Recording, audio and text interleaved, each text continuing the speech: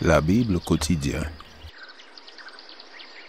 Série de méditations quotidiennes tirées de l'ouvrage du pasteur Israël Leito, imprimé en octobre 2007 par la maison d'édition interaméricaine. Fais-moi entendre dès le matin ta bienveillance, car je me confie en toi. Fais-moi connaître le chemin où je dois marcher, car j'élève à toi mon âme. Psaume 143, verset 8.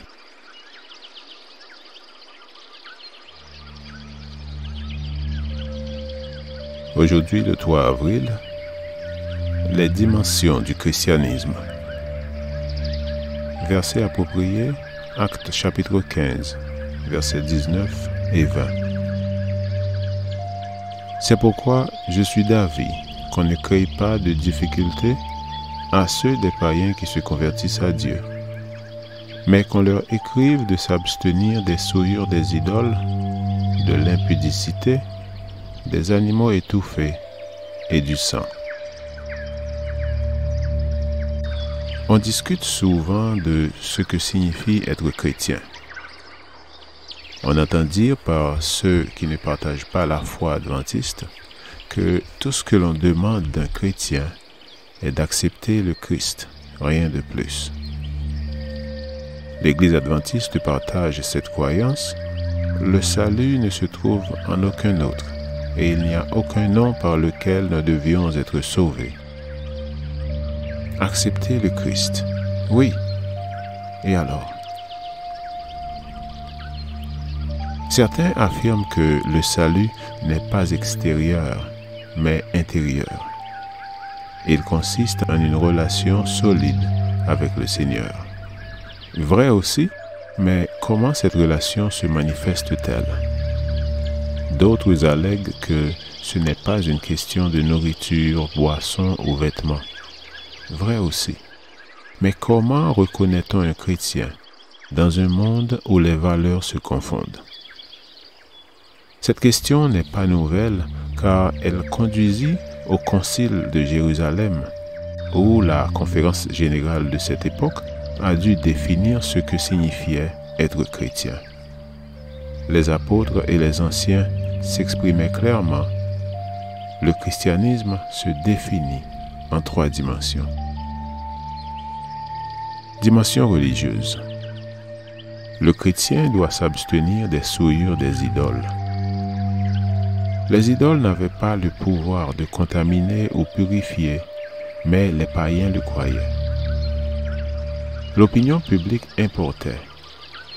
Le chrétien devait donc éviter tout ce qui pouvait renforcer le non-chrétien dans son erreur. Même si le chrétien savait qu'une idole ne pouvait pas souiller, le fait de participer à ce que faisaient les non-chrétiens laissait croire que de telles pratiques n'offensaient pas Dieu.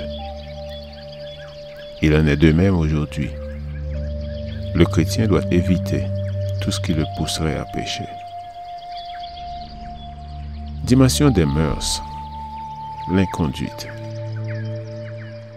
Le chrétien doit éviter de participer à la culture d'Hollywood où tout est permis. L'immoralité sexuelle sous toutes ses formes abaisse l'être humain créé et racheté par Dieu au niveau de l'instinct animal.